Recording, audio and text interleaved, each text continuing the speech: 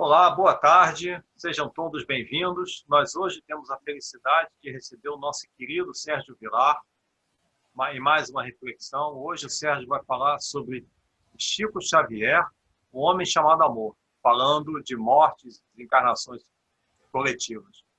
Sérgio, seja muito bem-vindo, muita gratidão, muita felicidade que a gente recebe aqui hoje. E antes de a gente passar para o tema propriamente dito, eu gostaria de te pedir dois favores. O primeiro, você poderia falar para a gente do trabalho social que você faz no Brasil, que a gente já sabe que tem um alcance que é maior do que uma cidade só, você tem um alcance que está se tornando aí estadual. E depois, como é que as pessoas podem contribuir com isso, com esse trabalho, né? Porque a gente sabe que o Brasil hoje está numa questão, uma dificuldade muito grande, né? Tem muita gente que está sem emprego e dependendo de auxílio, e a gente sabe que o movimento espírita hoje, muitas casas estão fechadas, então tem menos gente fazendo.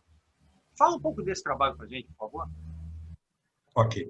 Então, boa tarde para vocês, né? Bom dia para quem está no Brasil, boa tarde para quem está na Inglaterra, né?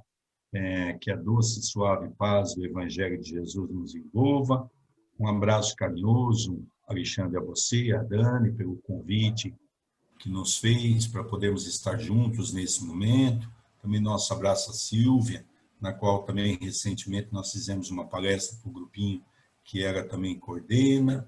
É uma grande alegria estar com todos vocês, não é?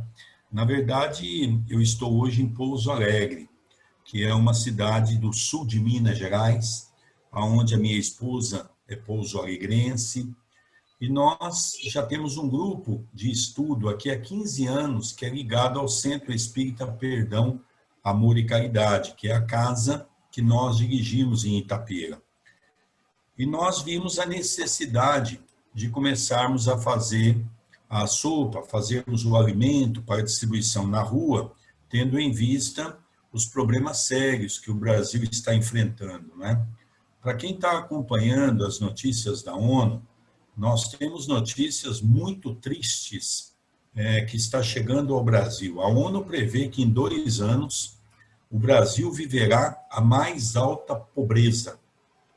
Isso, para nós termos uma ideia, é comparado a alguns países da África. E nós já estamos sentindo tudo isso.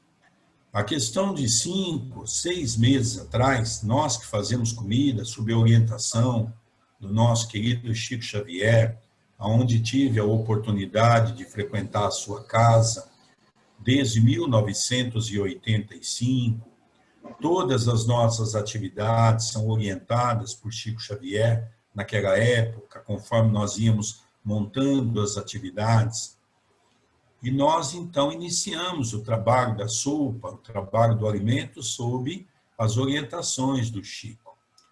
E esse grupo aqui em Pouso Alegre é um grupo só de estudo, e nós resolvemos, devido ao alto número de moradores de rua, pessoas carenciadas, em fazer comida. Então, começamos a semana passada, dividimos o nosso grupo em dois grupos, né, de 6 pessoas cada um, e semana passada tivemos um grupo, hoje nós temos um outro grupo, e viemos para as orientações necessárias, né?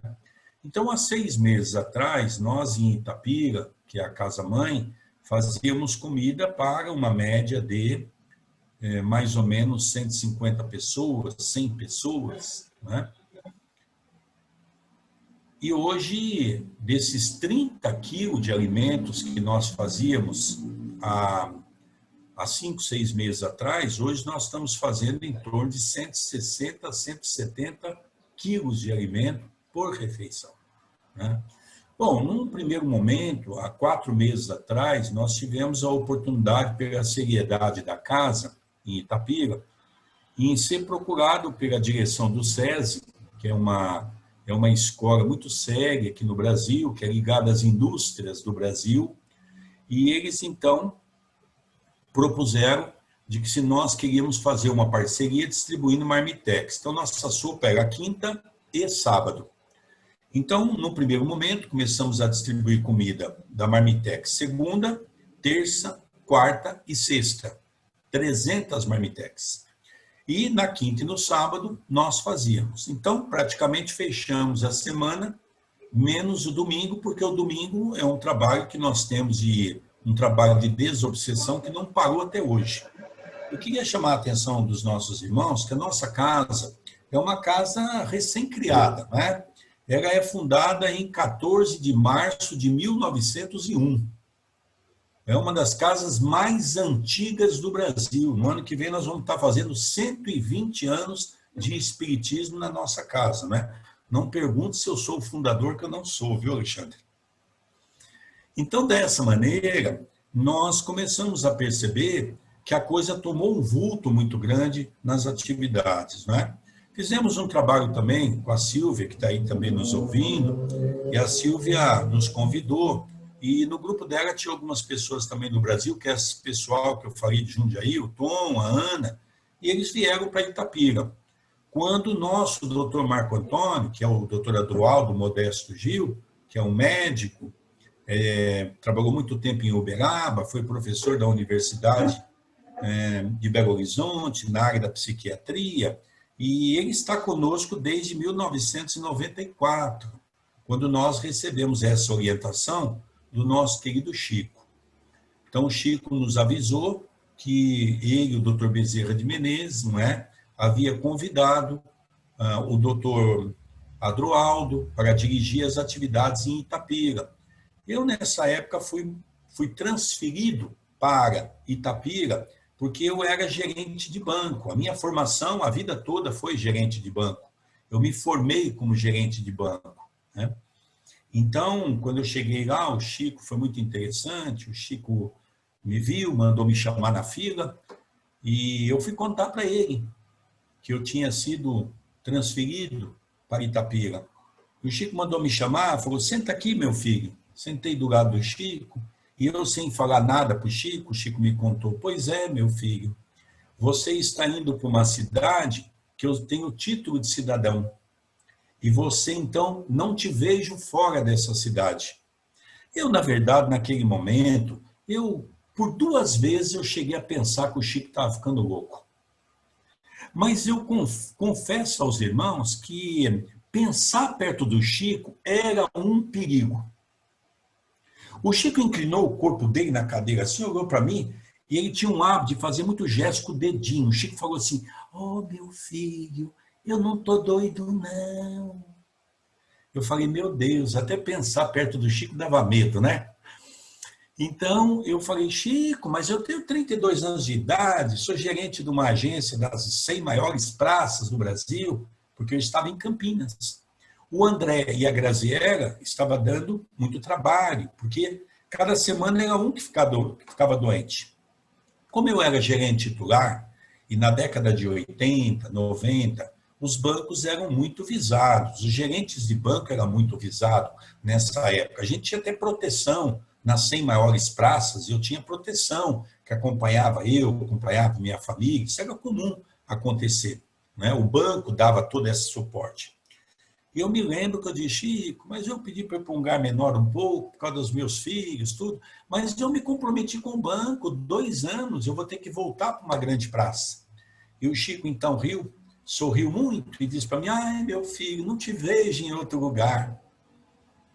E aí, então, foi que eu fui entender, depois de muitos anos, que Itapira seria o lugar predestinado para que eu ficasse. Depois ele contou do doutor Adroaldo Modesto Gil, porque o doutor Adroaldo desencarnou em 1993. O doutor Adroaldo foi convidado para dirigir o hospital uberabense, que foi criado e dirigido por muito tempo por doutor Inácio Ferreira. E quando o doutor Inácio caiu de cama, ele convidou o doutor Adroaldo, que estava em Belo Horizonte, para retornar para Uberaba para dirigir o hospital. O doutor doutor Adroaldo tinha muitos problemas também familiares, ele desencarnou muito cedo. E 1 ano depois, ele foi convidado pelo doutor Bezerra de Menezes, pelo Chico, para nos acompanhar em nossas atividades. Então, nós sempre tivemos a presença desses espíritos dirigindo esta obra. Há 6 anos atrás, vendo a necessidade do centro, nós ampliamos o núcleo Chico Xavier, porque o Centro Espírita Perdão, Amor e Caridade é a casa-mãe, que o ano que vem completa 120 anos. O núcleo Chico Xavier foi construído em 2002. A Sílvia já teve a oportunidade de visitar, de conhecer. E nós estamos fazendo uma ampliação de 6 anos para cá, construindo um prédio de 1.700 metros quadrados. Né? Eu ouvi você falar, Alexandre, que acho que a sua sogra é de Santa Maria. Nós mandamos muita pomada para Santa Maria. Tem casas lá que distribuem a pomadinha Chico Xavier, já há muitos anos também, não é? E nós mandamos lá, acho que para 2 casas espíritas. Então, nós víamos a necessidade de termos muitas casas agregadas nossa na confecção da pomada, não é? Que é a mesma pomada do vovô Pedro. Nós éramos da mesma equipe, não é? Como os espíritas entenderam bem as palavras de Jesus, amai-vos uns aos outros, né? E o espírita já foi logo interpretando, amassai-vos uns aos outros, né? Então, as estruturas espíritas estão precisando de repensar o que é trabalhar com Jesus. Dentro desse aspecto, Alexandre, no ano passado, eu me lembro que eu estava na Europa fazendo palestra, que eu vou 2 vezes por ano para a Europa. Por quê? Porque a pomada foi criada em Viseu, Portugal. Então, nós já há 4 anos, 5 anos, fazemos pomada em Portugal. Para vocês terem uma ideia, de 150 casas espíritas em Portugal, eu conheço 119.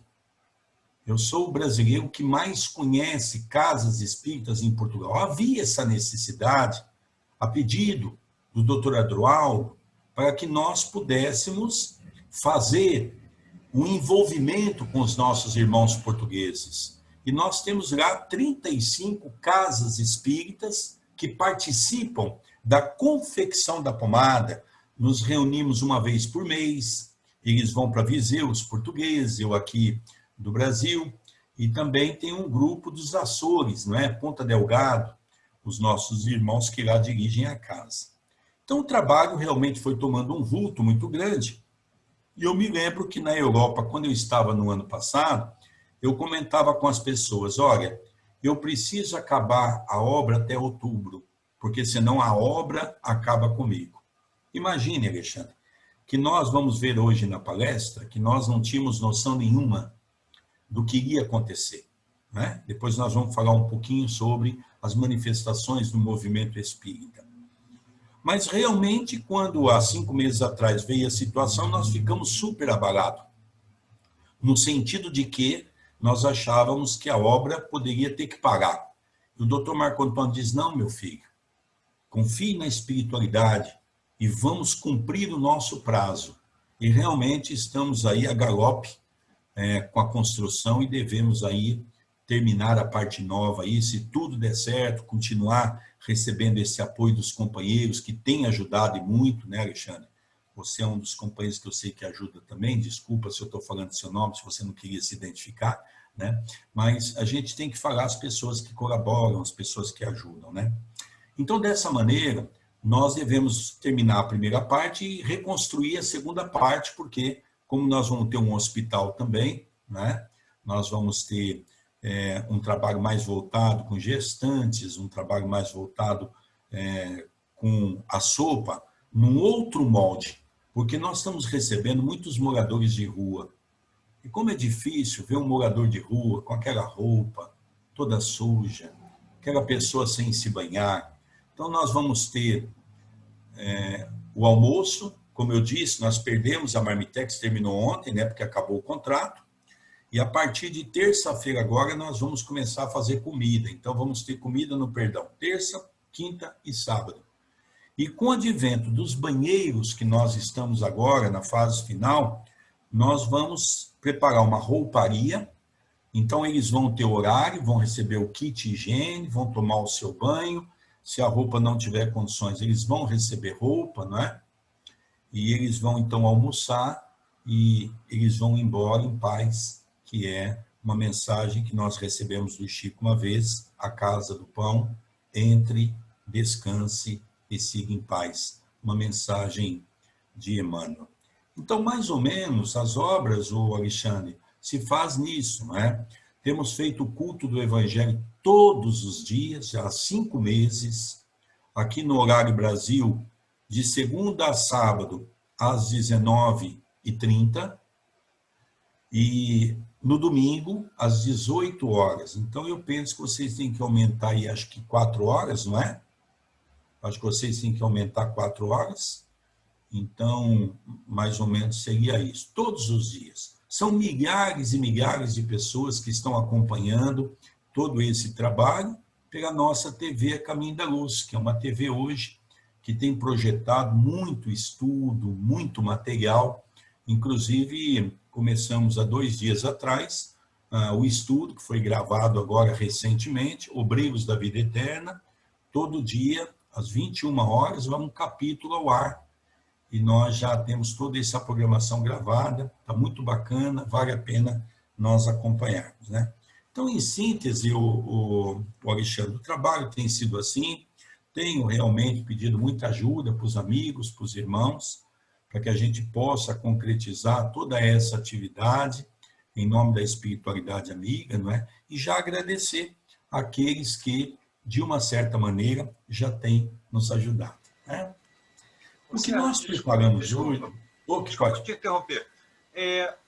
Você comentou, né? A gente, na verdade, a Dani e eu, nós agradecemos a oportunidade que nós temos de contribuir de alguma forma por esse trabalho de vocês. Né? Lembrando que no livro Brasil, Coração do Mundo, Pátria do Evangelho, no capítulo que fala sobre os escravos, Jesus disse a Ismael, né, que o homem, naquele contexto, o homem branco não percebeu ainda que a evolução se dá através do trabalho. E é isso que vocês estão fazendo. E, na verdade, quando a gente contribui, a gente está, de alguma forma, contribuindo para esse trabalho. Então, me diz uma coisa. Para quem está assistindo a gente agora live no Facebook, ou vai assistir esse vídeo depois, quem quer contribuir, como é que faz? Olha, Alexandre, no Brasil, nós temos tido uma conta no Banco do Brasil, que é uma conta do Centro Espírita Perdão, Amor e Caridade. Nós temos muitos problemas com a remessa que nós temos recebido de fora do Brasil. Você até sugeriu algo que eu vou conversar com o André, vou pedir até para você também conversar com o André, para o André estar vendo como que é o jeito. A maneira mais fácil, nós temos conta aqui no Brasil, no Banco Santander. Como eu trabalhei muito tempo em banco, a gente tem um bom conhecimento dessa área. E conversando com a diretoria do Santander, nós abrimos uma conta em Portugal, e esse dinheiro é depositado em Portugal, nós fazemos a transferência para o Brasil sem nenhum custo. Tanto as pessoas da Europa que depositam nessa conta, quanto eu aqui no Brasil, pela finalidade da obra, nós então não temos pago taxa nenhuma. É a maneira que nós achamos. Certa feita, uma companheira aí da Inglaterra, muito amiga nossa, mandou 100 libras. E os bancos aqui estão muito complicados, no sentido que eles mandam por um outro sistema, e mandou até no nome do André, porque do centro estava complicado, não entrava. E aí o André tinha que abrir uma conta no Banco do Brasil, e o custo que nós íamos ter de abrir a conta no Banco do Brasil não compensava para retirar aquela 100 libras. Então, não teve que voltar o dinheiro e depois a companheira depositou aí para nós, né? Então, seria mais ou menos isso, até que a gente possa achar essa outra alternativa que você vai passar para o André, e aí a gente já publica essa outra alternativa. Mas, num primeiro momento, nós temos uma conta aí no Banco do Brasil, que eu posso mandar para você, aí no Santander, que eu posso mandar para você os dados do número aí dos dados do banco daí, ou a quem está aqui no Brasil, tem a conta do Banco do Brasil, do Centro Espírita Perdão, Amor e Caridade, que a gente, então, está controlando tudo isso. Tá bom, Alexandre? Tá bom. Se você autorizar, a gente pode publicar essa conta também, os dados da conta na nossa página. Eu te mando para você. Eu te mando também. E lembrando, né, o pessoal que mora na Inglaterra, hoje uma libra custa R$ 7,50.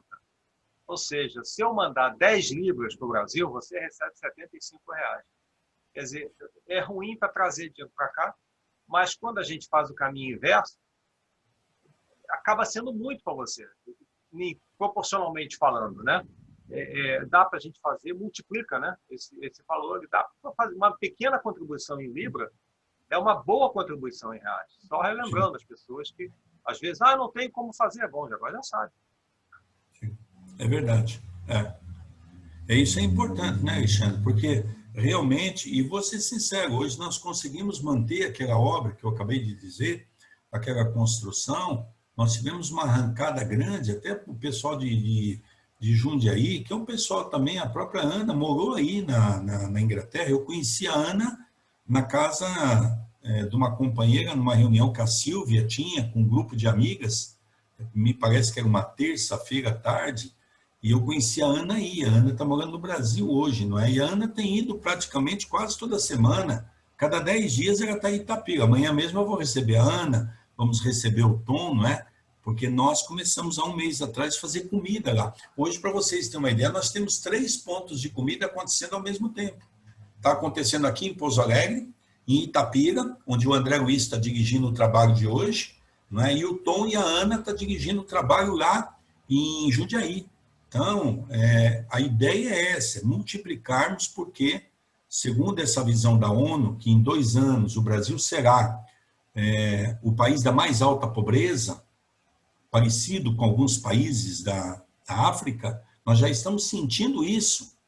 As escolas já estão noticiando que esse ano não voltam mais, não tem condições de voltar. A situação do Brasil é uma situação muito complicada, porque, além disso, nós temos uma eleição prestes a acontecer. E nós temos político, infelizmente, que o povo está vendo que é uma tristeza. Ninguém está preocupado com a saúde alheia.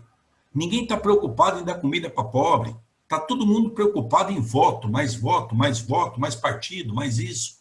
Um brigando com o outro, um guerreando com o outro. Nunca tivemos tanto dinheiro desviado como tivemos agora com a pandemia. Infelizmente, muito triste isso, mas é uma realidade. Todos os dias nós estamos vendo casos comprovados de governadores, de prefeitos. É triste. A nossa situação é dramática, porque nós temos políticos que realmente são dramáticos nessa atualidade. Vamos relembrar que quando você falou do Brasil, coração do mundo, Padre do Evangelho, também é narrado naquela mensagem que Jesus falou o choro, as lágrimas, porque Jesus sabia que nós poderíamos ser o Brasil, o coração do mundo. Gosto muito de uma frase, uma vez perguntaram para o Chico, Chico, como é que o Brasil vai ser o coração do mundo, a pátria do Evangelho? Tanta corrupção, tantas pessoas usando droga, tanta prostituição, tantas pessoas de má fé, tanta gente querendo tirar proveito. O Chico ouviu tudo e no final o Chico disse, pois é, o que a espiritualidade está propondo para nós é uma proposta. O Brasil será o coração do mundo, a pátria do Evangelho, se nós fizermos a nossa parte. Ou seja, cada um de nós, é como você disse, um trabalha, o outro ajuda, mas todos envolvidos naquele mesmo aspecto do trabalho e do amor, né? Então, isso é muito importante. Vamos lá então, Alexandre? Bom, deu para... Precisa mais alguma coisa? O microfone mute aqui, não vou te atrapalhar mais. Não. Toda vez que precisar, entre, vamos estar conversando, tá bom? Pessoal, vamos falar um pouquinho desse momento que nós estamos vivendo. Nós já fizemos essa palestra para alguns grupos, doutor Adroaldo Modesto Gil tem pedido para a gente fazer essa palestra, porque é importante nós compreendermos o momento que nós estamos vivendo. Nós sempre ouvimos falar no movimento espírita da transição planetária. Eu acredito que vocês já tiveram a oportunidade de ouvir N palestras de vários palestrantes sobre um ensaio do que é a transição planetária. Agora nós vamos pegar todos esses rascunhos, vamos sair da teoria e vamos então entender a prática. Vamos entender o que está acontecendo. 1935, Francisco Cândido Xavier publica a sua segunda obra, chamada Cartas de uma Morta. Esse livro foi escrito pela sua mãe, Maria João de Deus, que conta que quando ela desencarnou, e ela teve que, durante um tempo depois, se afastar de Chico Xavier, porque eles queriam internar Chico Xavier num hospital psiquiátrico, num hospício. Então viram a necessidade de afastar a sua mãe. E ela foi fazer uma turnê nos planetas que nós conhecemos. Veja, por aí nós já temos uma ideia que espírito nós estamos falando. Filha lavadeira, filha de escravo com negro. Nunca sentou num banco escolar. Na questão 107, ela fala de Marte, ela fala de Júpiter, fala de vários planetas. Na questão 107, ela fala de um planeta que havia sido preparado por Deus, em que esse planeta tem as mesmas dimensões da nossa. Iria receber o povo terráqueo. E que esse planeta já estava sendo preparado há muito tempo por Deus para essa transição. A Federação Espírita Brasileira, naquela época, não quis publicar esta obra, porque achou a obra de Chico Xavier muito fantasiosa. Quem publicou essa obra foi um amigo nosso, que foi amigo do Chico, de nossa convivência na casa do Chico, chamado seu Roberto, aqui de São Paulo, da LAC. Ele publicou o livro. O Chico, durante muito tempo, era questionado pelo movimento espírita, e o Chico falava assim, perguntava, Chico, como é que vai chamar esse planeta? Chupão. Por que chupão? Porque vai ser um sistema de sucção. Durante um tempo, Emmanuel se apresenta ao Chico e pede a ele que parasse de falar desse planeta, porque nem o movimento espírita estava preparado para isso. O tempo foi passando e 2005, passaram-se 70 anos.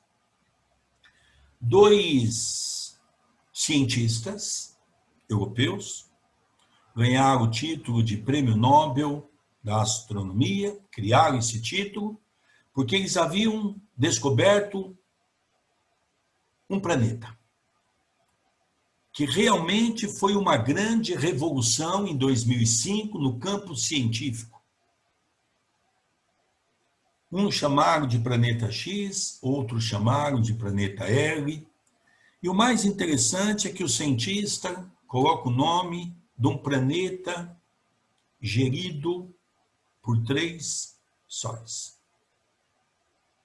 É muito interessante analisarmos isso, porque é o mesmo título que a mãe do Chico denomina nessa mensagem, um planeta gerido por 3 sóis. Se nós pegarmos a terceira revelação, que é a doutrina espírita, nós já havíamos passado por 2. Moisés, analisando a questão primitiva da humanidade. Depois nós tivemos a vinda do próprio Jesus, que acompanhou desde o começo do nosso planeta, tomou um corpo, veio à Terra,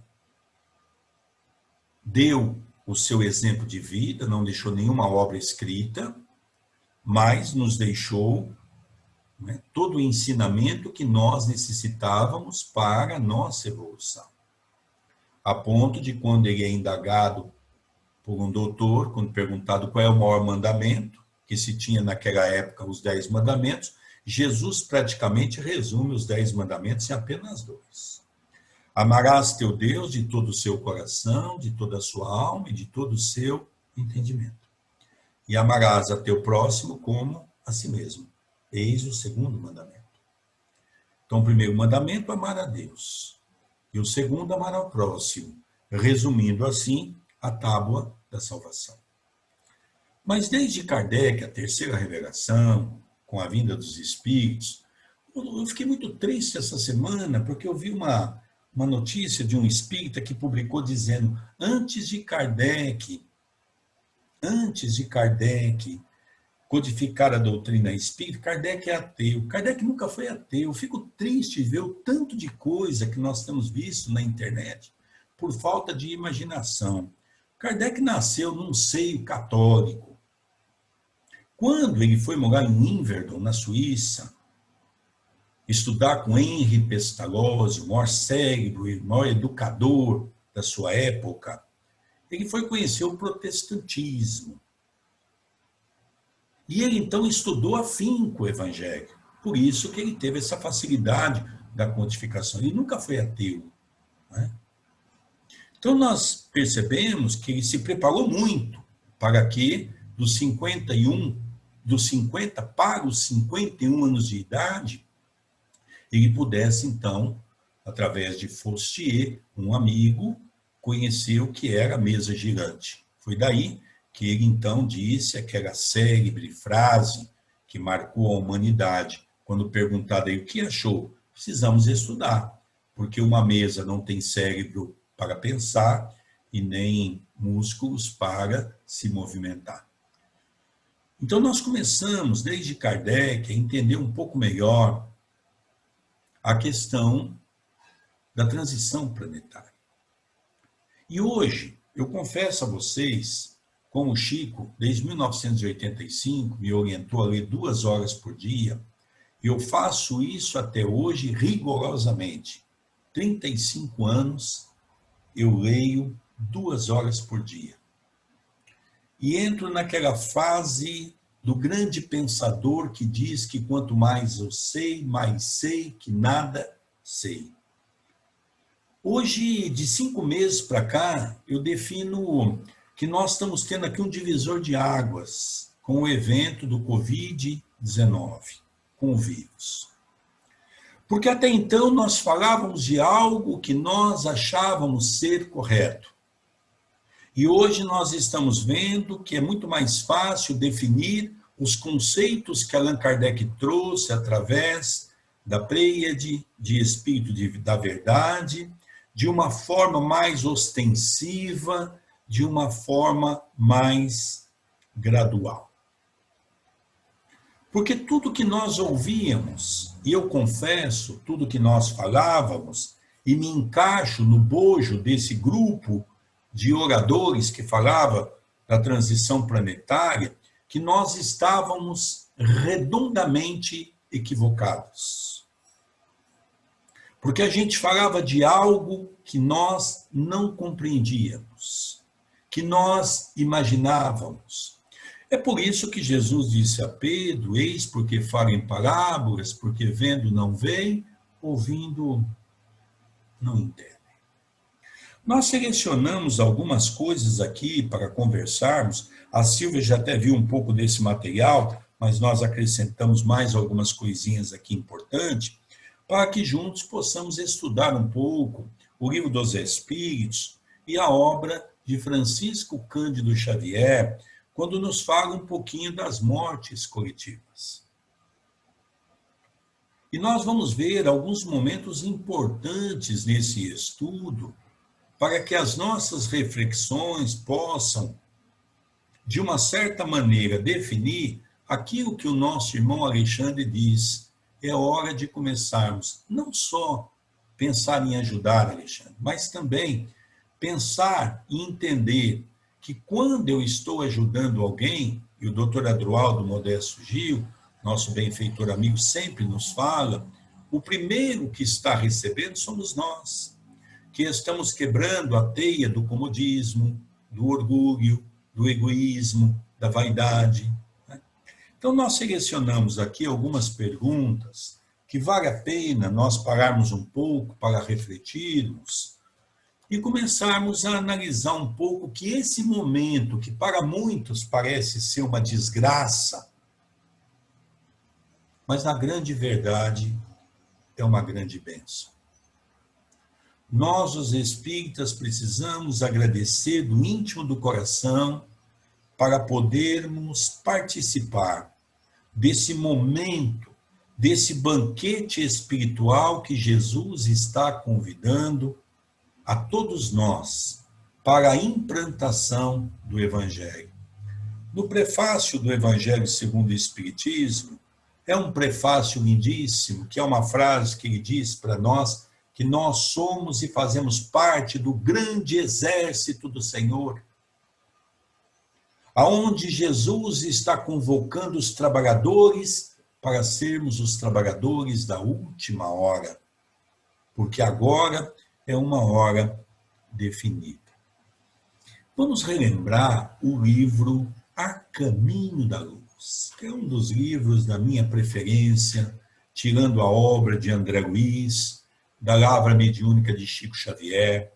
Vamos relembrar dos exilados de Capela, quando chegaram aqui na Terra, na condição do povo egípcio, no povo da antiguidade, que se misturou com uma raça que nós poderíamos dizer primitiva. Aqui nós temos um exemplo de 500 anos atrás, não é? Muito fácil de compreender, que é exatamente a questão de quando os portugueses chegaram no Brasil. Quem que os portugueses encontraram? Os índios, uma raça primitiva, que já existia aqui há milhões de anos. E eles vieram trazer o quê? Nós falamos aí evangelização por parte da igreja, vieram trazer a cultura dos brancos para ensinar-nos a termos uma condição, né? Então nós percebemos que dentro desse processo é o que vai acontecer com esse planeta. O Dr. Marco Antônio, há pouco tempo, só para nossa reflexão, nós estávamos num trabalho mediúnico, e ele falou para todo o grupo assim, que nós achamos aquilo muito interessante. Ele disse assim: eu queria que todos vocês se imaginassem fazer parte de uma equipe de futebol em formação. Então imagine você, está chegando aqui um atleta de um lado, um atleta do outro lado, é um técnico novo, e ali são colocados 30 jogadores, dos quais 11 vão ser os titulares, depois vão ter alguns que vão ser os reservas, que são chamados reservas de luxo, que sempre entram nas partidas, e depois vão ter aqueles que vão ser, que vai sentar no banco só se um tiver machucado, vão fazer parte do plantel, mas vão ter poucas oportunidades. E ele então encerrou dizendo assim: vocês fazem parte dessa equipe de futebol. Vocês acreditam que vocês vão continuar no planeta Terra? Agora que o planeta está ficando bom, porque as descobertas para o Covid, nós vamos ter uma coisa fabulosa. Por estar sendo jogado bilhões de recursos financeiros que iam para as guerras, nessa parte científica, nós vamos descobrir coisas maravilhosas. Nós vamos descobrir remédios, tratamento para curas de doenças. Por isso que se fala que nós vamos viver de 100 a 120 anos na Terra. Então nós temos a comodidade, né, o micro-ondas, nós temos aquela comodidade, um chuveiro elétrico, né, naqueles dias de frio. Então ele disse assim: é isso que vocês querem? Ou vocês querem, por exemplo, ter que caçar, acender fogo com fricção? Eu queria até convidar os irmãos aí, vocês devem ter uma televisão chamada Discovery, né? As redes abertas têm, as redes fechadas têm isso, o Discovery, né? E eu tenho um programa que eu assisto na televisão, eu sou ficcionado por esse programa, chama Largados e Pelados. Eles botam um homem e uma mulher para viver num lugar onde eles vão ter uma ferramenta cada um.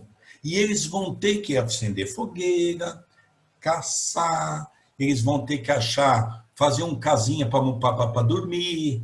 E ali a gente aprende muito. Eu já estou até, Alexandre, vendo isso. Porque se eu não conseguir uma vaguinha aqui no planeta Terra, né, lá eu já vou saber pelo menos fazer uma fricção para acender fogo, né? Então isso aí a gente leva até assim num certo humor, mas é bom a gente começar a pensar de maneira séria.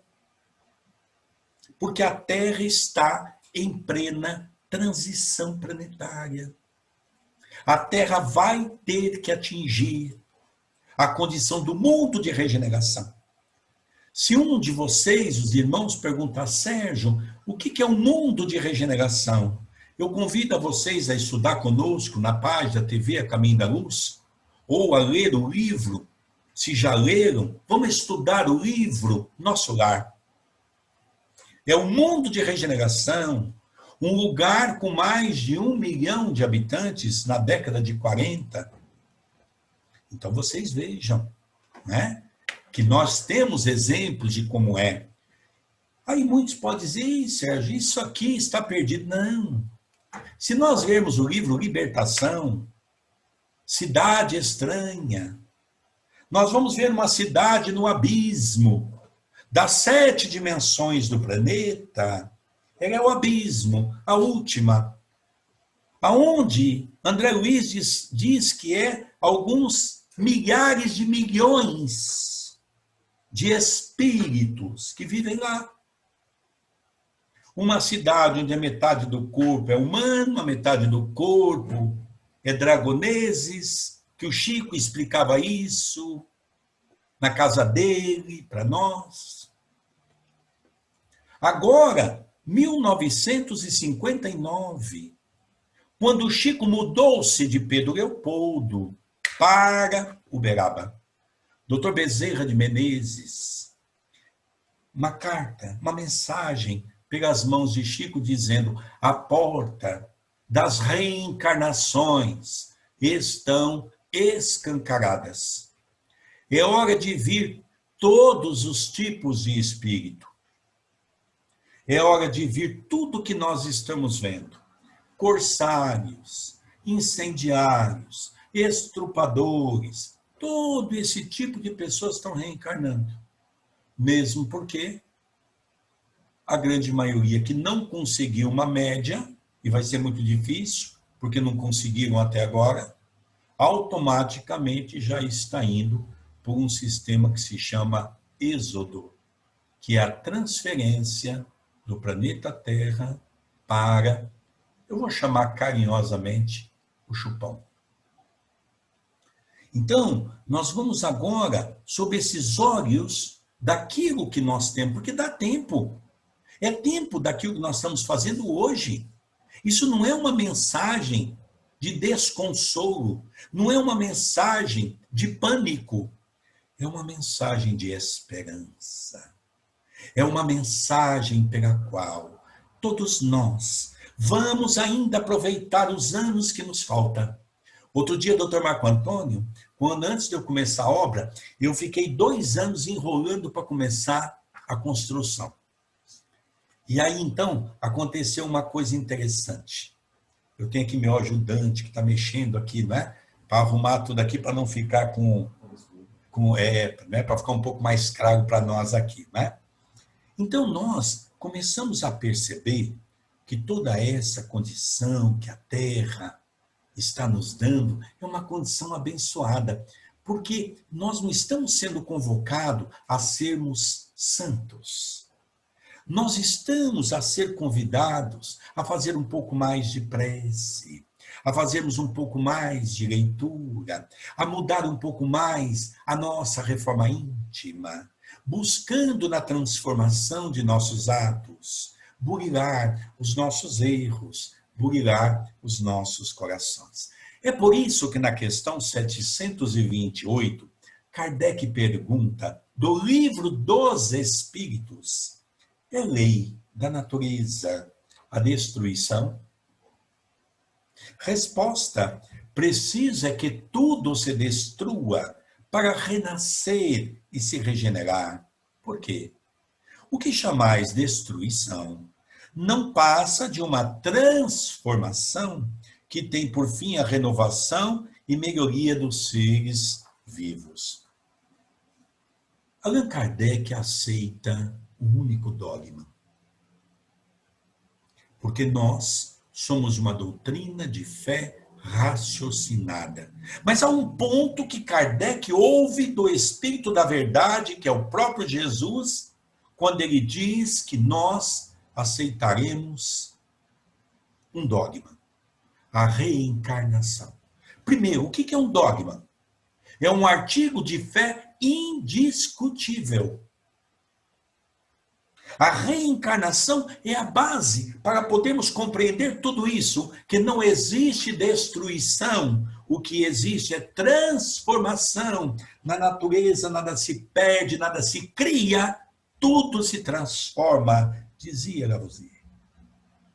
Dentro desse aspecto, Kardec continua na questão 737, com que fim fere Deus a humanidade por meio de flagelos destruidores? É o que muitos estão falando hoje, porque Deus está permitindo essa desgraça desse vírus. Kardec perguntou isso aos espíritos. Olha a resposta: para fazê-la progredir mais depressa. Aquele materialismo que nós vimos há 5 meses atrás, exacerbado, não vai ter mais. Esqueçam. Tudo vai se transformar. Ah, daqui a 1 ano, 2 anos, tudo volta ao normal. Nada volta ao normal. Mesmo porque o que nós estamos aprendendo hoje são conceitos que nós vamos ter que transformar-se. São conceitos que nós vamos ter que aceitar. E essa transformação vai permitir que ela seja tão gostosa que nem nós vamos querer. Veja, nós estávamos tendo crianças aqui no Brasil. Aí os casais empurravam as crianças para as babás, para os avós, para as governantas. A nossa preocupação é dinheiro. E o que a gente falava? A maior estupidez do mundo. Ah, eu estou fazendo isso para dar a ele o que eu não tive quando criança. Aí vem Deus e diz assim: todo mundo para casa. Agora.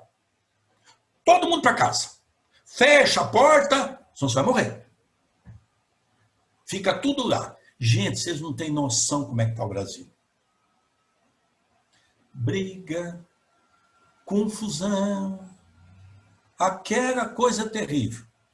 Vamos relembrar de Wuhan, aonde se fala que começou o vírus? Wuhan ficou 90 dias todo mundo em casa, proibido de sair na rua. Aí o governo foi, não é? Vacina, foi ali controlando, foi medindo se todo mundo tinha, se não tinha, foi libertando devagarzinho. Aí depois de 3 meses falou, bom, vamos liberar um pouco. Aí o povo começou a sair na rua. Gente, sabe para onde que o povo foi? Um cartório. Sérgio falou para o cartório, foi. Uma quantidade enorme de gente. As filas, 10 vezes maior do que os restaurantes. Sérgio, mas o que foram fazer no cartório? Pedir divórcio. O homem percebeu que não dá para viver com outro, que nós não estamos preparados. Então Deus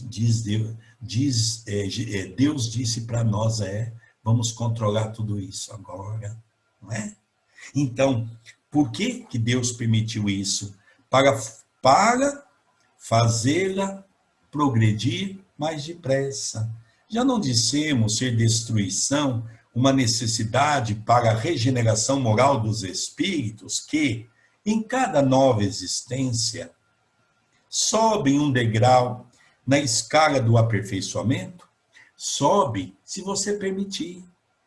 Porque nós podemos evoluir ou podemos estacionar.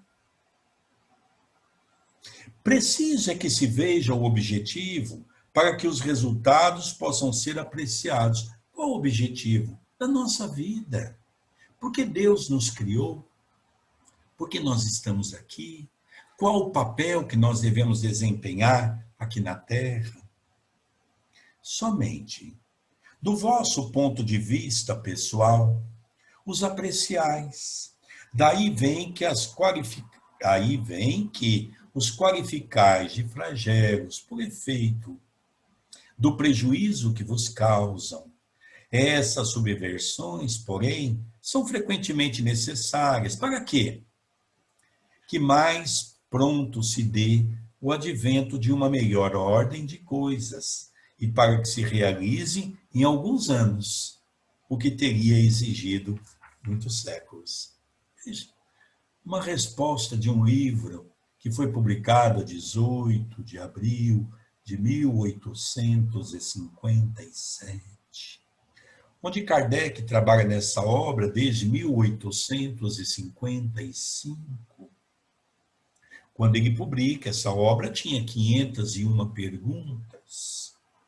Em 1861 é que nós temos o livro que nós temos hoje, com 1018 ou 1019 perguntas.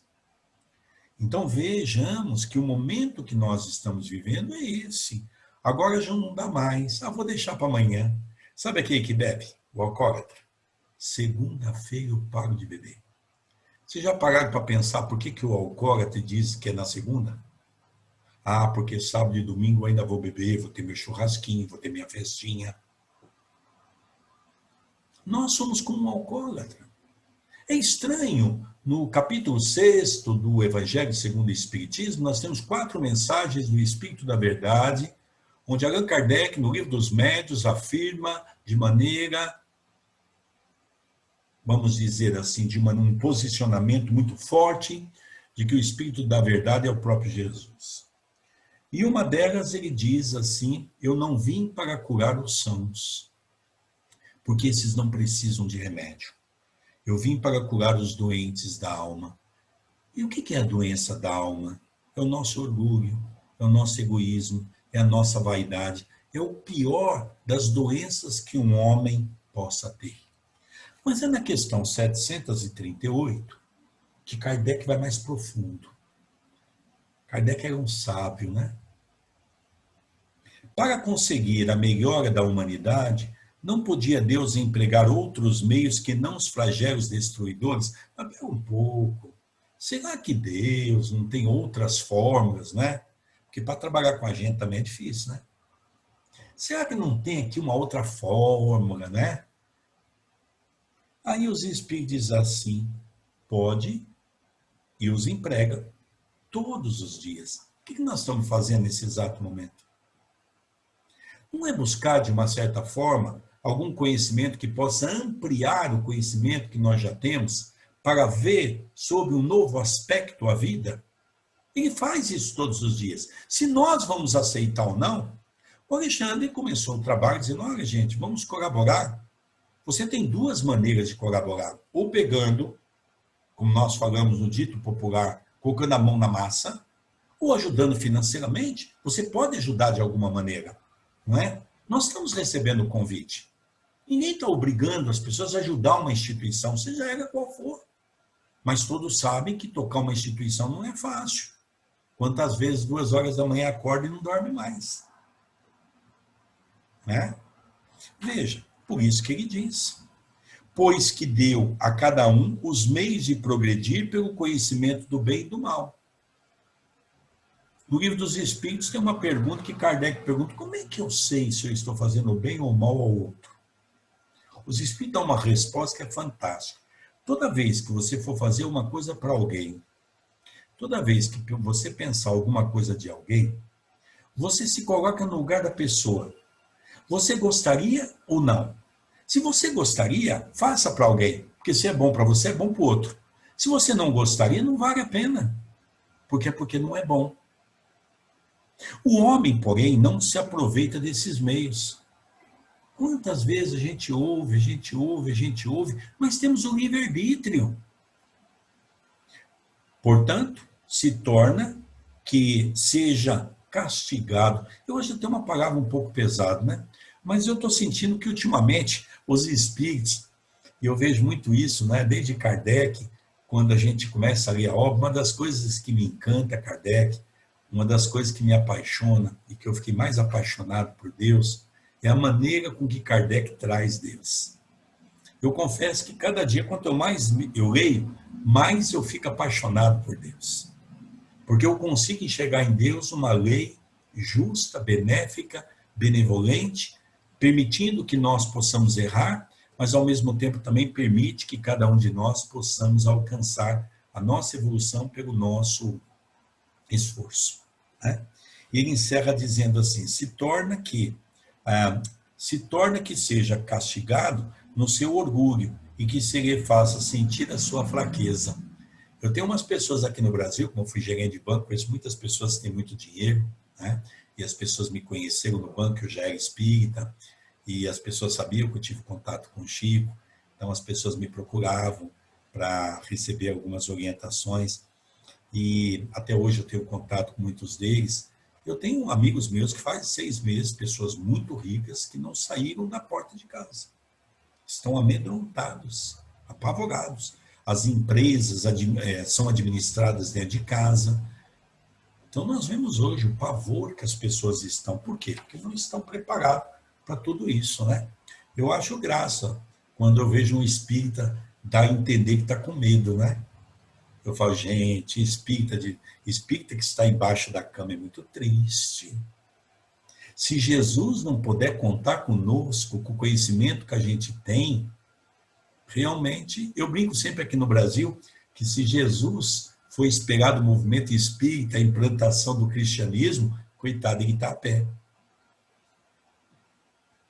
Ele está a pé conosco. E o pior não é isso, nós estamos falando de pessoas... Cadê os oradores famosos aqui do Brasil?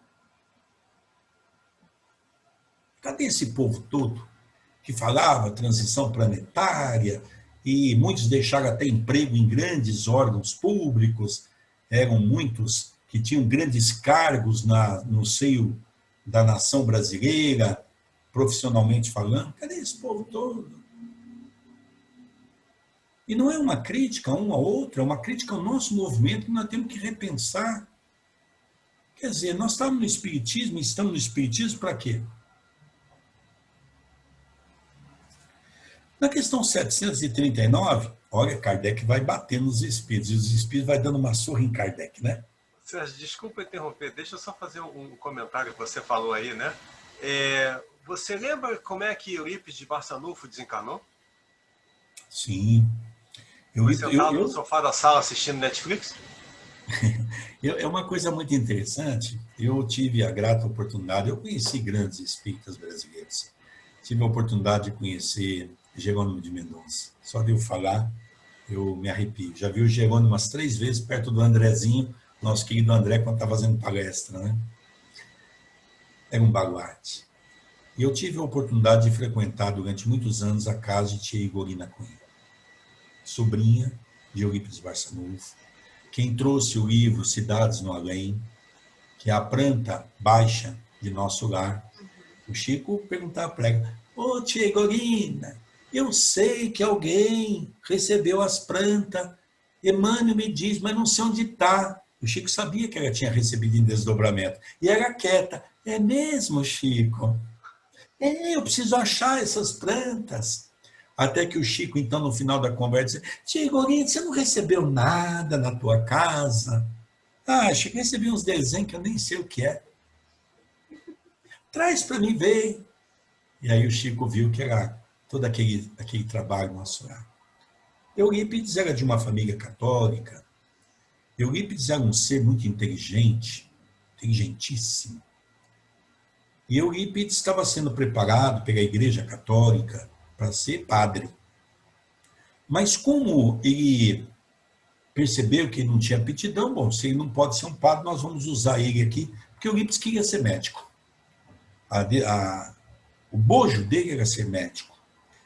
E ele, então, passou por um problema, Alexandre, estudando muito a fundo na casa da tia Igorina, há uma inversão de valores quando se fala de Eurípides.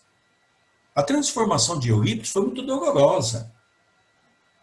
Eurípides foi perseguido por uma das entidades europeias mais marcantes, chamado doutor, na sua época, Tomás Torquemada, um dos maiores inquisidores espanhóis.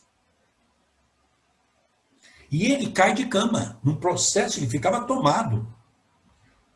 Havia um tio, senhor Mariano, que morava numa fazenda, chamada Fazenda Cismaria, de um português. E ele casou com uma filha adotiva desse senhor, dono da fazenda. E ele conheceu, através de Peiró, tem uma cidade em Minas Gerais chamada Peirópolis, foi o primeiro a trazer os livros de Allan Kardec da França para o Brasil. E ele, então, passou por um problema, conheceu o espiritismo, e ele tinha uma magnetização muito grande. Mas Eurípides não queria saber disso, nem o seu Roque, que era o dono da fazenda, não queria saber nada disso, eram católicos. Quando então apareceu uma ferida muito grande na perna do senhor Roque, e aquilo doía muito, não havia como curar, e ele um dia perguntou para o genro dele: ô senhor Mariano, o senhor acha que pode curar minha perna? Os espíritos podem curar? Ele não aguentava mais. Ele olhou e disse: pode. O espírito está aqui dizendo que eu posso te curar. Ele disse: se você me curar, eu autorizo uma dessas casinhas da fazenda para você montar um centro. E se você me curar, você pode curar o povo todo aí. Imagine numa roça, num lugar distante de cidade, chegou a ter naquela época a frequência de 1.800, 1.900 pessoas. Sabe como que eles iam? Cavalo, a pé, charrete, carroça. Bom, o homem ficou curado e veio a notícia que Eurípides estava precisando ser internado no hospital psiquiátrico. Tinha ficado louco. O senhor Mariano recebe a orientação de que é para levar Eurípides na fazenda. Ele nem pensar, não quero saber disso não, você tem que ir. Levaram ele. Ele assistiu uma reunião. Imagina, uma mesa com todos camponeses. Todos camponeses. Homens que nunca haviam estudado, não sabiam escrever o nome. E aí ele sentou ali, naquela descrença. Ele tinha uma fé muito forte. Eurípides orou e disse assim: Senhor Jesus, se é verdade que os espíritos existem, eu queria uma prova. Eu queria que alguém, um espírito, pudesse falar do capítulo das bem-aventuranças, que para mim é um dos capítulos mais apaixonantes. Eu vou relembrar que Eurípides, quando jovenzinho na igreja, foi o único jovem naquela região que teve liberdade para ler a Bíblia, porque naquela época era proibido. Aqui quem tem a minha idade, mais ou menos 50 e poucos anos, vai se lembrar que naquela época a missa, ou seja, quando o padre fazia homilia, era em latim. Ninguém tinha acesso à Bíblia. Viemos ter acesso à Bíblia pela Igreja Católica há poucos anos atrás, aqui no Brasil. E Eurípides sentado, falando ali com Deus, né? Como a gente sempre diz, o católico, né? Tentando conversar com Jesus. E ele diz assim: mas eu queria ouvir de João Evangelista, porque foi quem ouviu Jesus falar isso. Aí ele diz assim: se é que eu posso pedir alguma coisa, eu queria pedir por aquele médium. Eles dizem que é tal de médium, nem sei se existe esse trem, como diz o mineiro, né? Esse trem de tal de médium. Eu queria que a mensagem viesse pelo Tide. Tide Aristides era o mais chucro do povo. Olha como ele era exigente, né? Daqui a pouco, o senhor Mariano fez uma prece, através do Espírito de São Vicente de Paulo. E já começou a ver que a coisa ali não era fraco, não. Daqui a pouco, Tide põe-se de pé. Tide começa a decantar o capítulo das bem-aventuranças, numa nuance de explicação que Eurípides ficou encantado, porque ele nunca havia visto aquilo. No final, quando Tide termina, ele diz assim: aqui quem vos fala é o servo menor de Jesus, João, o evangelista. A transformação dele se fez assim. Bom, ele se curou porque trataram do espírito de Tomás Torquemada. Ele voltou de Santa Maria, que é uma fazenda entre Sacramento e entre Conquista, mas é mais perto de Conquista. Ele voltou para Sacramento e ele, então, vou ser médico. Dona Meca, sua mãe, caiu de cama, porque ela tinha muita ligação com ele. E ele, então, não conseguiu viajar. Se transformou para o espiritismo e começou a receber mensagens do Dr. Bezerra, pedindo para que ele pudesse fazer um curso de farmácia. E, a partir daí, ele começou a trabalhar com a mediunidade e com a farmácia. Quando veio no Brasil, na década de 1917, 1918, a gripe espanhola, que dizimou aí milhões e milhões de pessoas no Brasil todo. Então, o Eurípides saiu da cama, viu, Alexandre? Ele não ficou debaixo da cama, não.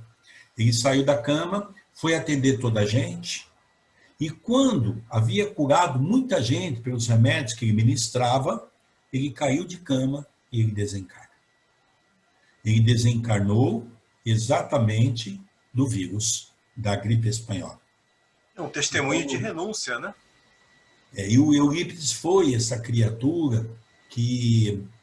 Um dos grandes marcos. A informação que nós temos é que Eurípides Barçanufo e Dr. Bezerra, e agora Chico, compondo a falange, são espíritos que estão no gabinete de Jesus, junto com Ismael, administrando aqui o nosso querido Brasil, nesse trabalho todo aí, que está sendo o Brasil, coração do mundo, pátria do Evangelho, trazido espíritos de todo mundo para ser auxiliado aqui nessas dimensões desses hospitais que foram criados no mundo espiritual. Ok, Alexandre? Mas veja, Alexandre... Obrigado, desculpe ter interrompido. Não, pode interromper. Na questão 739, tem os flagelos destruidores, as mortes coletivas, né? Utilidade. De que ponto de vista físico, não obstante os males que ocasionam? Porque nós estamos vendo com impacto, né? Você não poder nem um enterro do ente querido, né? E você sabe que eu vou dizer uma coisa, graças a Deus. Richard Simonetti tem uma palestra, como ele frequentou muitos e muitos anos na minha casa, eu até gravei, quem quiser assistir essa palestra pela página no YouTube da TV Caminho da Luz, Quem Tem Medo da Morte. Ele tem um livro que é um best-seller na sua época com esse tema. E ele convida os espíritos a repensar o que é um velório. Você já viu o que é um velório? Às vezes é mais festivo que um circo. A gente vai no velório, tem os palhaços, faz todo mundo rir, é uma festa, a gente não sabe se comportar nesses lugares. Então, nós, quando percebemos a importância de um velório, que o espírito está ali desatando, através dos amigos espirituais, os laços que nós chamamos, que são os laços fluídicos, como diz Kardec, os liames. Então, nós começamos a perceber a importância desse comportamento. Então, como nós estamos nesse momento transitório, tem lugares aqui no Brasil que a morte é 2 horas. O enterro é 2 horas, né? E você não pode chegar perto, caixão vedado, né? Tem muitos espíritos que estão recebendo muito mais ajuda do que se tivesse velório. Porque os espíritos podem trabalhar muito melhor socorrendo aqueles nossos irmãos, né? Olha o que ele diz. Tem. Muitas vezes mudam as condições de uma região, mas o bem que dele resulta, só as gerações vindouras o experimentam. Então, nós vamos ver que o velório é uma coisa importante que nós vamos começar a repensar para ajudar os espíritos. É dado, questão 741, aos homens conjurar os flagelos que o afligem? Em parte é, não, porém, Kardec é inteligente, né? Responde para todo mundo, para que a gente possa depois entender o âmago da questão. Em parte é, não, porém, como geralmente o entendem. Ou seja, não é bem assim como entendem. Cada um dá uma definição. Mas vamos entender de uma maneira melhor. Muitos flagelos resultam da imprevidência do homem. Isso é verdade ou não? Não é a nossa imprevidência que faz com que... Nós estamos tendo esse vírus hoje por causa de quê? Por causa da nossa imoralidade. Quando eu digo nosso, eu não estou me referindo pessoalmente aos irmãos. Eu estou referindo a uma sociedade como um todo. Nós vivemos no meio social. Isso é importante nós analisarmos. À medida que adquire conhecimento e experiência, não é o que nós estamos fazendo hoje? O que nós estamos buscando hoje pelo Espiritismo? Conhecimento. E quando nós começarmos a colocar isso em prática, nós vamos estar vivendo o quê? A experiência. Ele os vai podendo conjurar, isto é, prevenir. Se ele sabe pesquisar as causas, não é o que o Espiritismo está convidando a cada um de nós? Buscarmos a causa. Nós não temos uma fé cega. Por que Deus está permitindo isso? Buscar as causas. E nós vamos ver o comportamento do homem e vamos ver que muita coisa está errada. Não é assim? Contudo, entre os males que afligem a humanidade, alguns há de caráter geral, que estão nos decretos da providência e dos quais cada indivíduo recebe. É o que nós estamos vivendo exatamente hoje. Vamos ler de novo? Alguns há de caráter geral, nós estamos vivendo hoje, caráter coletivo, porque tem os dramas pessoais, que estão nos decretos da providência e dos quais cada indivíduo recebe. Nós somos indivíduos inseridos num contexto social, coletivo. A esses nada pode um homem opor. Então, quem aí estiver esperando vacina de rebanho, eu tenho uma notícia desagradável. Porque a imprensa é nojenta aqui no Brasil. Se alguém achar que até dezembro tem vacina de rebanho, desculpe. Talvez dezembro do ano que vem, com a primeira dose, com a segunda dose, com os testes, vamos lá. Ninguém imagine, porque se muitos achar que isso aqui vai acabar logo, vamos arregaçar as mangas e vamos trabalhar que o negócio vai ser bom. E se alguém achar que a coisa está ficando feia, se prepare porque estamos no começo. Aqui, ó. Kardec há 160 anos falando isso para a gente. E agora que eu estou entendendo isso. Olha que coisa interessante. Que estão nos decretos da providência dos quais cada indivíduo recebe, mais ou menos, o contragolpe. Nós estamos vendo jovens. Olha, para falar a verdade, eu confesso a vocês que eu deveria estar embaixo da cama. Que das 3 doenças mais graves que tem um problema, eu tenho as 3. Eu tomo remédio de pressão alta desde os 35 anos.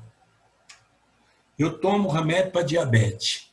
E tem que controlar, porque senão a bichinha é triste, a diabetes é complicada.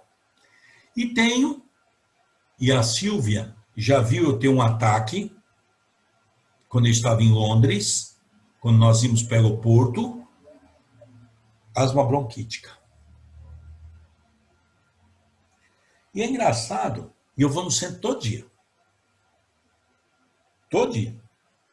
Já disse que se tiver chance, quero ser velado no centro, se tiver oportunidade. Eu vou trabalhar. Até Deus me dá permissão. E eu nunca trabalhei tanto na minha vida como estou trabalhando hoje. Nunca. E agradeço a Deus todo momento. Todo momento. Tem gente que fala para mim aqui que está mais perto de mim, Sérgio, você vai desencarnar.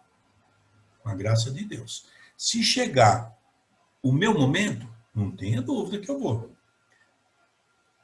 Eles, muitas vezes, os agrava pela sua negligência. Ou seja, nós temos que tomar cuidado também, usar máscara, lavar as mãos o tempo todo com álcool, lavar as mãos com sabão, né? Isso nós temos que fazer. Ou seja, né? Já percebeu que nós estamos sendo convidados a ser higiênico? Nós era porquinho, não era? Agora nós estamos tendo que lavar as mãos toda hora. Aí botaram até uma burca na gente, né? Vamos tampar a boca aí para não falar pouco, porque fala muita bobagem, né? Então vamos ficar mais em casa. Então a gente está tendo que rever tudo isso. Bom, eu gostaria de contar para os irmãos uma resposta que Leon Denis teve do seu mentor espiritual no livro, que é um livro que eu gosto muito, acredito que os irmãos conheçam, que é o problema do ser, do destino e da dor, de Leon Denis. Ele faz uma pergunta, na verdade. Olha como os espíritos, e gostaria que os irmãos acompanhassem. Pergunta-se, às vezes, o que se deve pensar das mortes prematuras, das mortes acidentais, das catástrofes, que de um golpe destroem numerosas existências humanas. Como conciliar esses fatos com a ideia de plano, de providência, de harmonia universal? Leon Denis pergunta isso. Agora, prestem bastante atenção para a gente poder ver a resposta, para fazermos uma análise profunda sobre isso. Diz o Espírito: as existências interrompidas prematuramente por causa de acidentes chegaram ao seu turno previsto. Lembram aquele ditado que nenhuma folha cai da árvore sem autorização de meu Pai que estás nos céus? Quem que disse isso? Não foi o próprio Jesus? São, em geral, complementares de existências anteriores. Eu não posso fazer uma análise nessa existência, nessa reencarnação, por aquilo que eu vivi e estou vivendo. É muito pouco. Por isso que André Luiz chama a atenção nos 13 livros da obra, que nós chamamos de obra científica e espiritual, exatamente dizendo que enquanto a medicina não associar a espiritualidade, os médicos vão estar atados. E que Freud cometeu um grande equívoco na psicologia moderna de não ter implantado a espiritualidade. Não se resolve o problema dos dramas humanos se nós não buscarmos consequências naturais no nosso passado. E é isso que o Espírito fala também para Leon Denis. Quando, em consequências de hábitos desregrados, nós não temos não, né? Nós somos espírita, tudo aí, né, Alexandre? Bons pensamentos, não falamos mal da vida de ninguém, somos aí totalmente regrados, né? Então, nós já estamos um pouquinho fora disso, né? Mas aqueles que não estão, né, que são chamados hábitos desregrados, se gastaram os recursos vitais antes da hora marcada pela natureza, tem-se de voltar a perfazer numa existência mais curta o lapso de tempo que a existência precedente devia ter novamente preenchido. Por exemplo, quem cometeu um suicídio vai retornar por um tempo menor, que faltava ali, para ele completar um ciclo que ele mesmo abandonou. Pode vir com sequelas mentais, com sequelas físicas, pode vir em meios bastante adversos, né? Sucede que os seres humanos que devem dar essa reparação se reúnem num ponto pela força do destino. Eu gostaria que os irmãos prestassem bastante atenção nisso, porque daqui a pouco eu vou dar um exemplo, né? Do nosso Chico, para completar. Olha, que devem dar essa reparação se reúnam num ponto pela força do destino. Olha a reencarnação. Que às vezes vai reunir um grupo de pessoas em determinado lugar para ter o chamado morte coletiva. E eu vou mostrar isso daqui a pouco. Para sofrerem numa morte trágica as consequências de atos que têm relação com o passado anterior ao nascimento. Engraçado, né? O Covid, ele ataca o pulmão. A pessoa fica sem respiração. Se nós olharmos desde a época da Inquisição, vamos voltar um pouquinho, a época do cristianismo redivivo, as pessoas eram queimadas nas arenas. Depois as Inquisições, né? Cidade Estranha, cidade há 800 anos administrada por Gregório. Livre Libertação. Quem que é Gregório? O Papa IX. Gregório IX. Ele era tão bom que foi ele que criou a Inquisição. Depois nós tivemos Primeira Guerra Mundial, Segunda Guerra Mundial. Engraçado, né? Talvez muitos vão dizer assim, nossa, que coincidência. Para nós espírita, não tem coincidência nenhuma. Daí, as mortes coletivas, as catástrofes que lançam no mundo um aviso. Aqueles que assim partem, acabaram o tempo que tinham de viver e vão preparar-se para a existência melhor. Então, nós vimos um pouco tempo atrás. A ciência, né? Que pena, nossa ciência é ridícula, né? Os médicos estão envergonhados. Os médicos, até pouco tempo atrás, os grandes médicos dessa área, então vinham, falavam. Agora eles estão chegando a uma conclusão que eles não sabem nada. Um vírus que mata lavando as mãos com sabão. Outro dia eu achei engraçado, alguém montou uma coisa, eu achei que muito interessante, uma criança questionando assim, se é um vírus tão fraco, quando a gente lava com sabão ele morre, por que não criaram uma vacina para ele?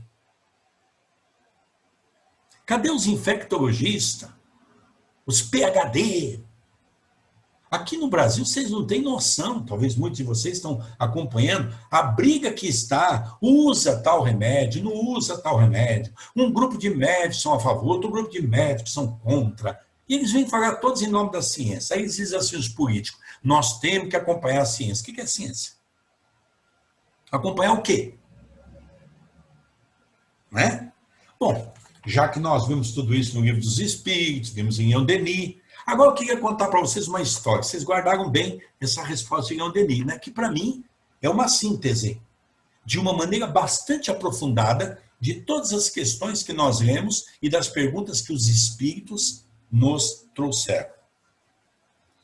No livro Cartas e Crônicas, não sei se os irmãos tiveram a oportunidade de ler, um belíssimo livro das mãos iluminadas de Chico Xavier, do espírito de Humberto de Campos, o grande cronista, presidente de um dos órgãos da cultura maior do Brasil, que é da Academia Brasileira de Letras da sua época. É engraçado, tem uma cena muito interessante, viu, Alexandre? Quando o Chico lançou Parnaso de Além-Túmulo, então algumas pessoas diziam que o Chico fazia plágio, né? Aquele jovem estudou o 4º ano primário, fazer plágio de Camões, Bittencourt Sampaio, né? Augusto dos Anjos. Gente, eu gosto um pouquinho de estudar isso, Augusto dos Anjos.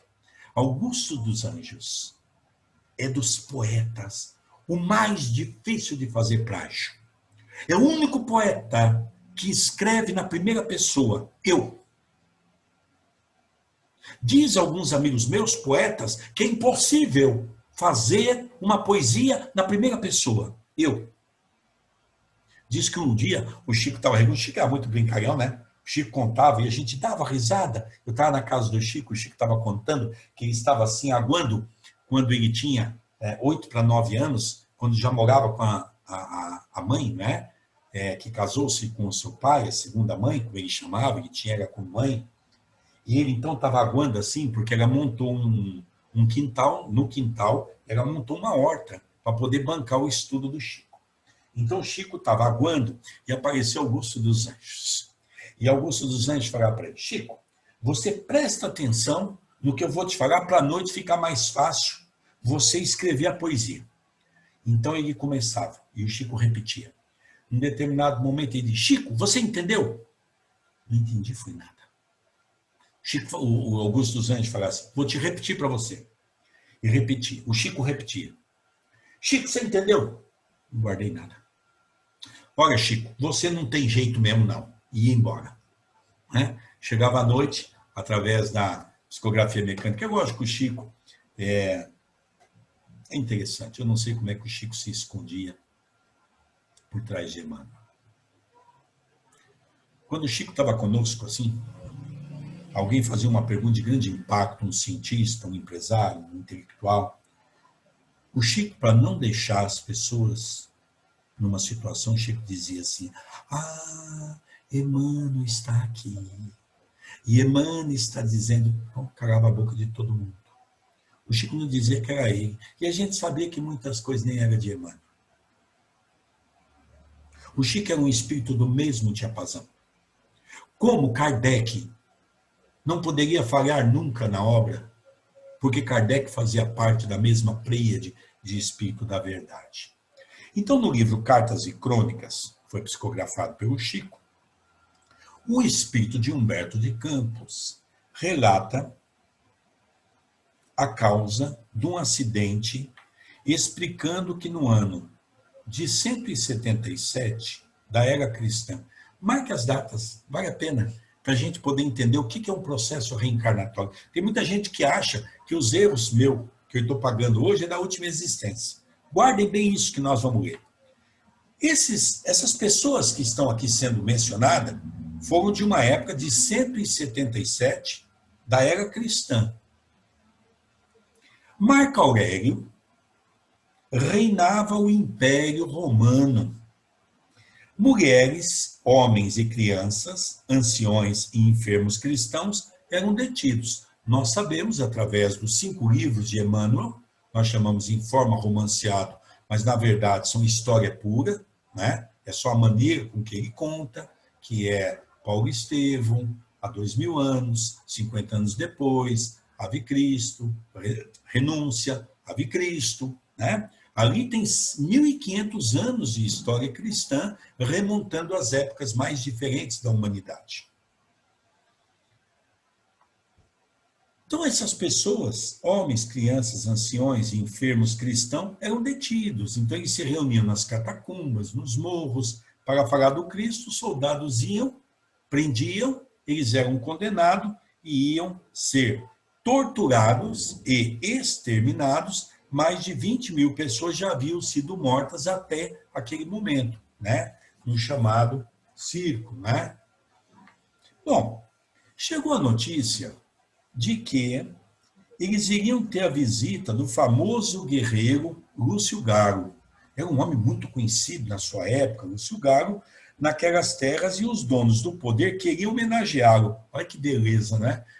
Olha, eu vou para a Inglaterra, então o nosso irmão aí, o Alexandre vai falar, nós vamos fazer uma homenagem aqui, vamos pegar uns cristãos, vamos queimar, vamos ver os animais, vai ser uma grande homenagem, uma festa.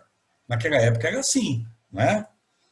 De maneira grandiosa e original. Original.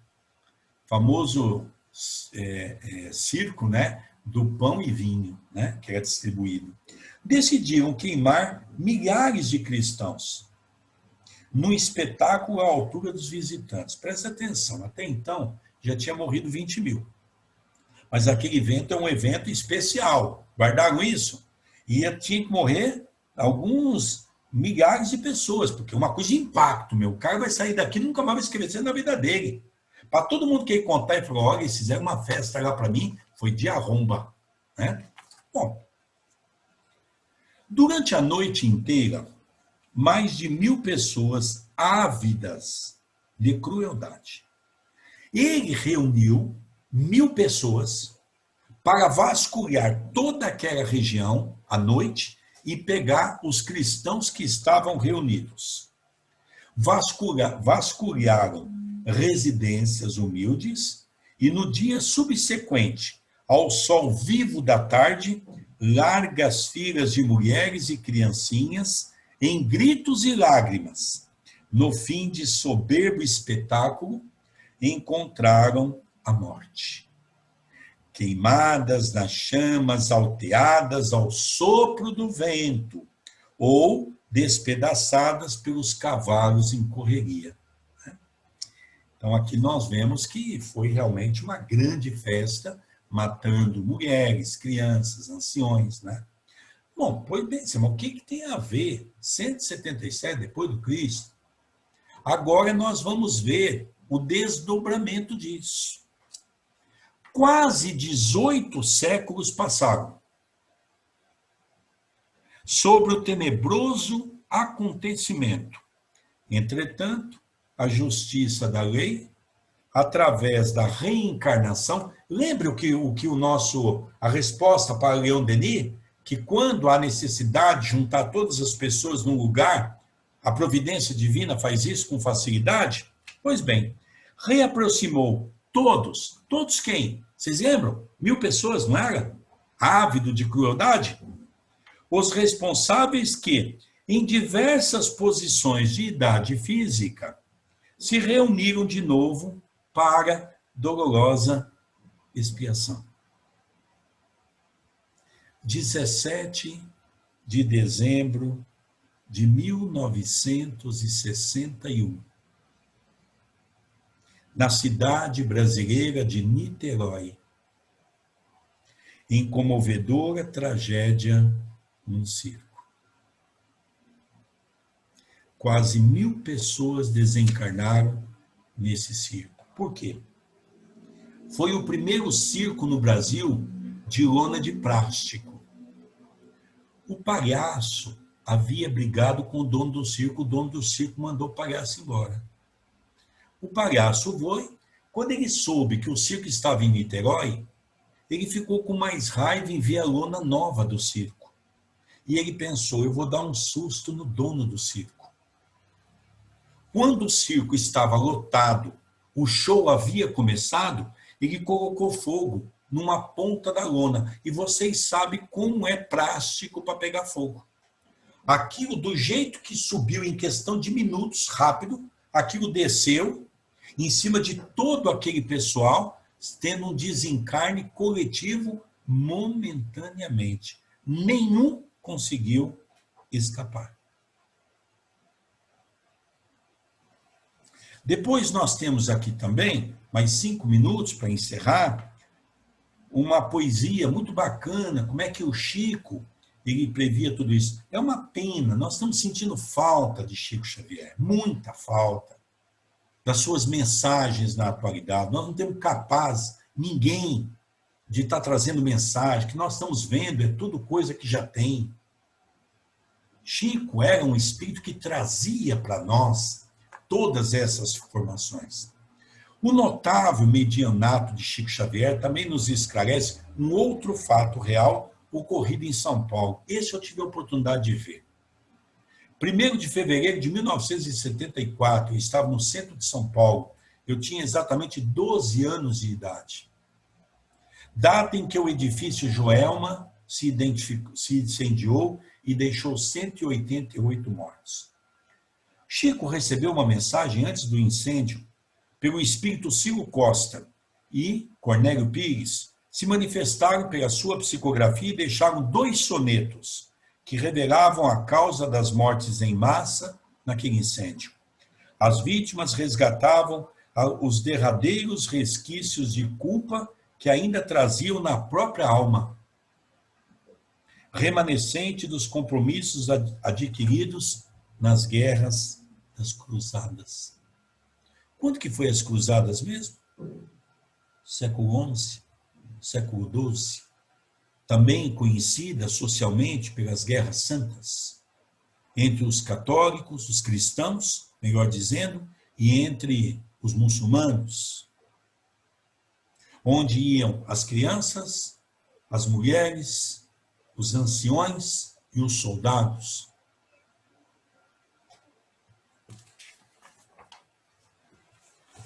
Olha que lindo soneto. Fogo! Amplia-se a voz numa sombra que se espalha. Gritos, alterações. O tumulto domina no templo do progresso em garbos de oficina. O coração se agita, a vida se estraçalha. Tanto fogo a luzir é mística fornária. É a presença da dor reflete a lei divina. Onde a fé se mantém, a prece descortina. O passado remoto, em longínqua batalha. Varrem com fogo, é pranto, as sombras de outras eras, combatentes da cruz, em provações austeras. Conquanto heróis do mundo, honrando os tempos idos. Na terra o sofrimento, a angústia, a cinza, a escória, mas ouvem-se no além os hinos da vitória, das milícias do céu, saudando os redimidos. Olha que lindo. Essa está no livro Diálogo dos Vivos, né? Do professor, do nosso querido professor Herculano Pires. Depois nós temos, né? Também nesse mesmo livro, Céu de São Paulo, o dia recomeça, o povo bom na rua lida e passa. Nisso aparece um rolo de fumaça e o fogo para cima se arremessa. A morte inesperada age possessa e enquanto ruge, espanca ou despedaça a terra unida ao céu a que se enlaça é salvação e amor servindo à pressa. A cidade magoada, enternecida, é socorro chorando a despedida, trazendo o coração triste e deserto. Mas vejo em prece, além do povo aflito, braços de amor que chegam do infinito e caminhos de luz no céu aberto. Olha essa última estrofe, que lindo, né? Mas vejo em prece, além do povo aflito, braços de amor. Nos desencarnes coletivos, as equipes espirituais que trabalham é realmente algo maravilhoso. E o último exemplo para encerrar, muitas pessoas dizem, Sérgio, por que tantas mortes coletivas em aviões? O espírito de André Luiz, no capítulo 18 do livro Ação e Reação, psicografado pelas mãos de nosso querido Chico, esclarece que piratas que afundaram e saquearam criminosamente embarcações indefesas no dorso do mar, ceifando inúmeras vidas, agora encarnados em outros corpos, morrem, muitas vezes, coletivamente, nos acidentes aviatórios. Eu fico imaginando, né? Um avião que vai decolar na Inglaterra para um outro país. Une-se pessoas de vários continentes para pegar aquele mesmo voo, no compromisso de terem que desencarnar coletivamente. E aqui as provas têm por fim exercitar a inteligência tanto quanto a paciência e a resignação do Evangelho, né? Nós temos que desenvolver a paciência e a resignação. Mas há essa mensagem que eu acho linda. O livro Chico Xavier pede licença, sendo Deus a bondade infinita, porque permite a morte aflitiva de tantas pessoas, enclausuradas e indefesas, como nos casos de incêndios e de quedas de aeronaves. Na aprovação coletiva, verifica-se a convocação dos espíritos. Olha, é poético, não é? Convoca-se os espíritos encarnados, participantes do mesmo débito de outrora, com referência ao passado delituoso e obscuro. O mecanismo da justiça, na lei das compensações, funciona ainda espontaneamente através dos prepostos do Cristo, que convocam os comparsas da dívida do pretérito para os resgates em comum, razão porque, muitas vezes, intitulais doloroso caso, as circunstâncias que reúnem as criaturas mais díspares no mesmo acidente que lhes ocasiona a morte no corpo físico ou as mais variadas mutilações no quadro dos seus compromissos espirituais.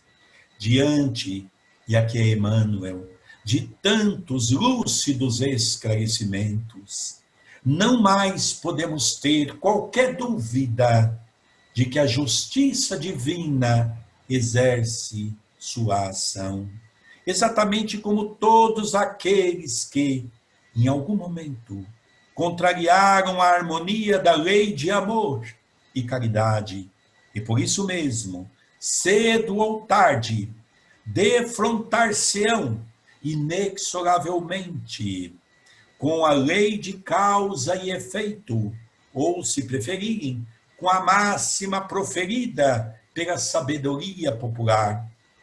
A semeadura é livre, mas a colheita é obrigatória. Queridos irmãos, como é bom relembrarmos a figura de Chico Xavier, como é bom vermos que esse momento que nós estamos vivendo hoje é um momento abençoado. Eu peço perdão porque avançamos um pouquinho no tempo. Nosso doutor Adroaldo Modesto Gil, que está aqui presente conosco, nos pediu para que nós pudéssemos contar, mas essas duas histórias, para ilustrarmos de uma maneira um pouco melhor que nós estamos num momento abençoado.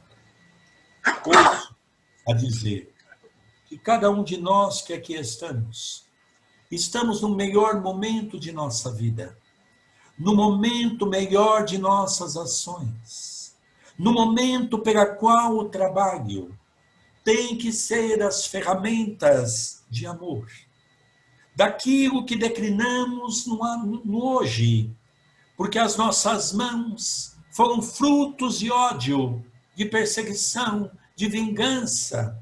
Hoje somos todos conclamados à lei do amor, a podermos fazer de nossos corações a efetiva consequência natural do trabalho que nosso Senhor Jesus Cristo nos ensinou.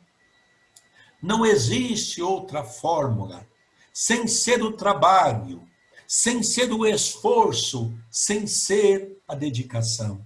E que nosso Senhor Jesus Cristo nos abençoe, que nosso Senhor Jesus Cristo nos envolva, para que possamos juntos, nesse trabalho de luz, podermos emanar as vibrações celestiais que os benfeitores amigos nos envolvem em nosso esforço, seja pelo nosso anjo da guarda, seja pelos mentores espirituais que nos guia, e em especial no amigo espiritual que dirige o trabalho desse grupo, levando uma sementinha que possa prosperar nos corações daqueles que às vezes caem, e que os espíritos reerguem pela luz do Evangelho, pela luz da esperança e pela luz do amor. Que Jesus nos ilumine hoje, agora e todo o sempre, que assim seja.